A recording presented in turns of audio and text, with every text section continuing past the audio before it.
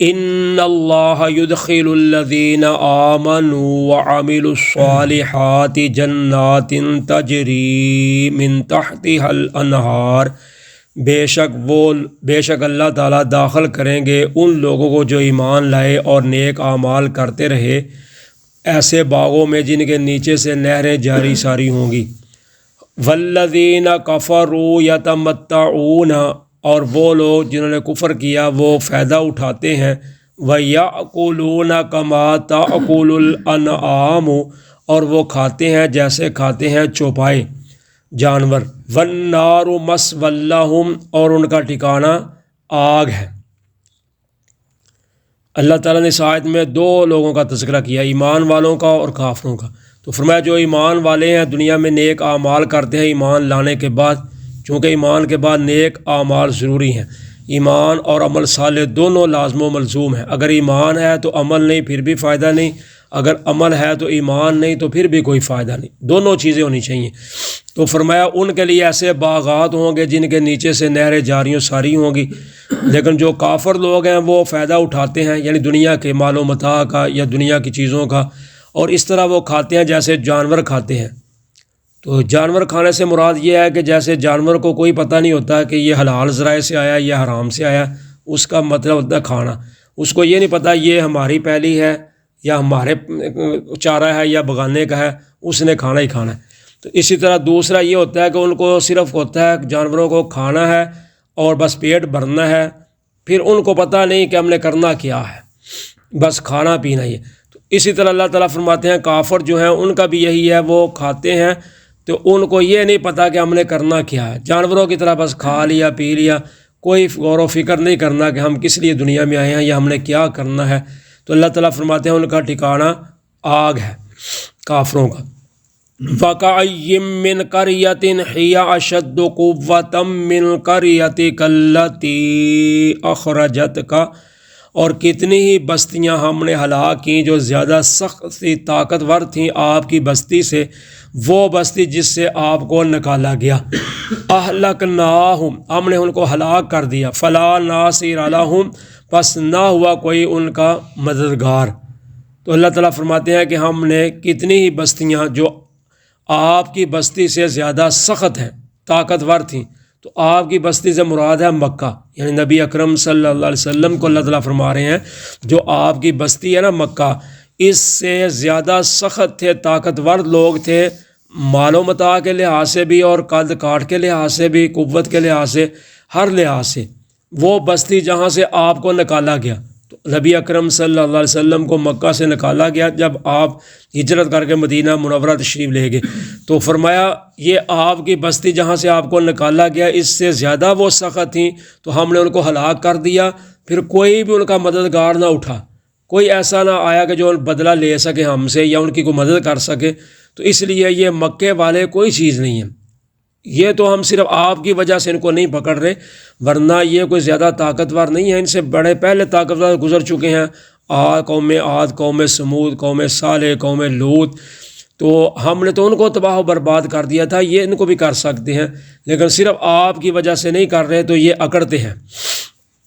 أَفَمَنْ كَانَ عَلَىٰ بَيِّنَةٍ مِّن رَبِّهِ، کیا پس وہ شخص جو اپنے رب کی طرف سے واضح دلائل پر ہے، کمن زین لہ سوء عملہ، کیا وہ اس شخص کی طرح ہو سکتا ہے کہ جس کے لیے مزین کر دیے گئے ہوں اس کے برے اعمال، واتبعوا اہواءہم، اور وہ پیروی کرتے ہوں اپنی خواہشات کی۔ تو اللہ تعالیٰ فرماتے ہیں ایک آدمی جو ہے وہ اپنے رب کی واضح دلیل پر ہے، واضح دلائل سے مراد یہ ہے کہ وہ حق سچ پہ ہے، وہ شرک نہیں کرتا، یعنی مومن ہے، موحد ہے، اور دوسرا وہ ہے جس کے لیے اس کے برے اعمال مزین کر دیے گئے ہیں، یعنی وہ برائیاں جو کرتا ہے وہ سمجھتا ہے یہی اچھے عمل ہیں، وہ برے کام کرتا ہے اور اپنے خواہشات کے پیچھے چلتے ہیں، تو یہ برابر نہیں، یعنی یہ نہیں ہو سکتا کہ ایک بندہ ساری زندگی نیک کام کرے دوسرا برے کرے تو ان کا ٹھکانہ ایک ہی ہو جائے یا ان کا بدلہ برابر ہو جائے، یہ نہیں ہوگا۔ جیسے یہاں ہے جو محنت کرے گا وہی کامیاب ہے، جو نہیں کرے گا وہ کچھ بھی نہیں ہے۔ تو اسی طرح دین کے لحاظ سے بھی یہی ہے، جو کوئی محنت کرے گا جس طرح کرے گا اسی طرح کا فائدہ اٹھائے گا۔ یہ نہیں کہ ایک بندہ ساری زندگی نمازیں پڑھتا رہے، روزے رکھتا رہے، صدقہ خیرات کرتا رہے، اللہ اور اس کے رسول کی تابع داری کرتا رہے، دوسرا اپنی من مانی کرتا رہے، تو وہ کہے جی اللہ بخشنے والا ہے، اللہ مہربان ہے، تو وہ برابر ہو جائیں گے، یہ نہیں ہوگا۔ ہاں اللہ کی مرضی ہے، جس کو چاہیں کر دے، اللہ کے اختیار میں ہے، لیکن یہ سب کے ساتھ نہیں ہوگا، جس کو چاہیں گے اللہ، باقی جو ہے وہ اپنی سزا بھگتیں گے ایک دن۔ کافر، مشرک، منافق ہمیشہ کے لیے جہنم میں رہیں گے، 3 قسم کے لوگ۔ باقی جو ہیں زانی ہیں، جوئے باز ہیں، شرابی ہیں، یا جو بھی ہیں گناہ گار بے نماز ہیں، وہ ایک نہ ایک دن اپنی سزا بھگت کے جنت میں چلے جائیں گے، لیکن وہ کتنی ہے وہ اللہ بہتر جانتا ہے، کتنی سال انہوں نے رہنا ہے، یا کتنے مہینے رہنا ہے، یا کتنے دن رہنا ہے، وہ اللہ ہی بہتر جانتا ہے۔ تو جہنم میں تو ایک لمحہ، ایک سیکنڈ، ایک سا بھی بہت سخت ہے، تو جائے کہ سالوں کے سال گزر جائیں۔ تو اس لیے یہ امید نہیں رکھنی چاہیے، بلکہ اللہ سے ڈرنا چاہیے اور اس کی تیاری کرنی چاہیے۔ مثل الجنت التی وعد المتقون، اس جنت کی مثال جس کا وعدہ کیا گیا ہے پرہیزگاروں سے۔ فیہا انہار من ماء غیر آسن، اس میں نہریں ہوں گی پانی کی جو بدلنے والا نہیں ہے۔ وَأَنْحَارٌ مِّن لَبَنٍ لَّمْ يَتَغَيَّرْ طَعْمُهُ، اور اس میں نہریں ہوں گی دودھ کی جس کا ذائقہ تبدیل نہیں ہوگا۔ وَأَنْحَارٌ مِّنْ خَمْرٍ لَّذَّةٍ لِّلشَّارِبِينَ، اور اس میں نہریں ہوں گی شراب کی جس کے پینے والوں کے لیے بڑی لذت ہے۔ وَأَنْحَارٌ مِّنْ عَسَلٍ مُّصَفًّى، اور نہریں ہوں گی شہد کی جو پاک صاف ہوگا۔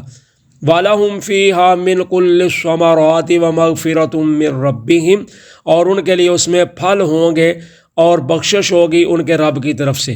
کمن ہوا خالد فی النار وسقوا ماء حمیما، کیا وہ شخص اس شخص کی طرح ہو سکتا ہے جو ہمیشہ رہنے والا ہے جہنم میں، اور اس کو پلایا جائے گا پانی گرم۔ فقطع امعاءہم، پس وہ کاٹ دے گا ان کی انتڑیوں کو۔ اب اللہ تعالیٰ نے 4 قسم کے مشروبات کا تذکرہ کیا ہے جو جنت میں جنتیوں کو ملیں گے پینے کے لیے، صرف 4 مشروب۔ ان میں سے پہلا ہوگا پانی۔ تو اللہ تعالیٰ فرماتے ہیں ایسا پانی ہوگا جو بدلنے والا نہیں ہوگا، یعنی جس کا رنگ ذائقہ تبدیل نہیں ہوگا۔ یہاں پانی کھڑا رہے تو اس کا رنگ بدل جاتا ہے، ذائقہ بھی بدل جاتا ہے۔ چشموں کا پانی جو ہے وہ بھی اسی طرح مٹی کے ساتھ مل کے آتا ہے، گندلا ہو جاتا ہے، سمندروں کا پانی ہو جاتا ہے، لیکن ادھر جو پانی کھڑا ہوگا وہ نہ اس کا رنگ تبدیل ہوگا نہ اس کا ذائقہ تبدیل ہوگا۔ تو اس لیے حدیث میں آتا ہے کہ جب وضو کرنے کے لیے آپ پانی لیں تو پہلے اس کو منہ میں ڈال کے اس کا ذائقہ چیک کر لیں، پھر اس کو ناک میں ڈال کے اس کی خوشبو چیک کر لیں، پھر اب منہ دھوئیں۔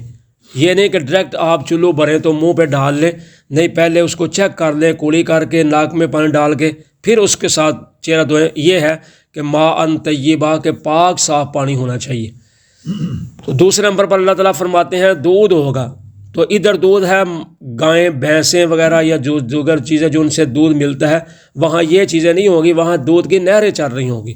تو اس میں کوئی کسی قسم کا گوبر وغیرہ یا کسی قسم کی کوئی خون وغیرہ کوئی چیز نہیں ہوگی۔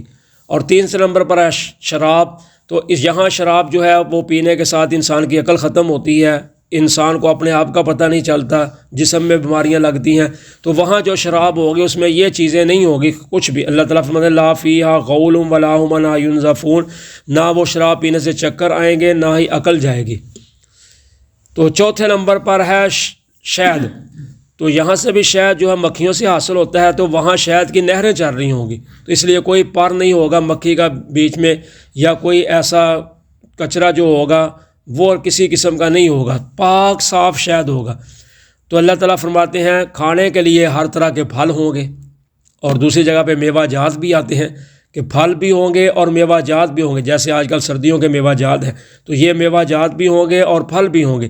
اور تیسری چیز ہوگی مغفرت، بخشش، یعنی اللہ کی طرف سے ان کے گناہوں کی معافی بھی ہوگی، کوئی کسی قسم کی پکڑ دکڑ نہیں ہوگی، کوئی ان سے پوچھ گچھ نہیں ہوگی اس میں جنت میں کسی قسم کی۔ پہلے نمبر پر تو غلطی ہونی ہی نہیں، اگر ہو بھی جائے گی کسی سے کوئی تو پھر اس کا پکڑ دکڑ نہیں ہوگی، کوئی اس کا مواخذہ نہیں ہوگا۔ تو اللہ تعالیٰ فرماتے ہیں کیا وہ شخص اس شخص کی طرح ہو سکتا ہے جو ہمیشہ جہنم میں رہنے والا ہے؟ تو اس کے لیے پانی بھی پینے والا وہ ہوگا جو گرم ہوگا، اور ایسا گرم پانی ہوگا جو پیٹ کی انتڑیوں کو کاٹ دے گا۔ تو یہ کیسے برابر ہو سکتا ہے؟ ایک آدمی پانی وہ پی رہا ہے جو صاف ستھرا پانی ہے، تو ایک وہ پانی پی رہا ہے جو گرم پانی ہے، اور اتنا گرم ہے کہ اس کے پینے کے ساتھ اس کے بول و براز سے اس کی انتڑیاں باہر آ جائیں گی اور اس کا پیٹ کٹ جائے گا۔ تو یہ کیسے برابر ہو سکتا ہے؟ تو اس لیے کافر مسلمان برابر نہیں، مشرک اور مومن توحید پرست برابر نہیں۔ جزاکم اللہ خیر۔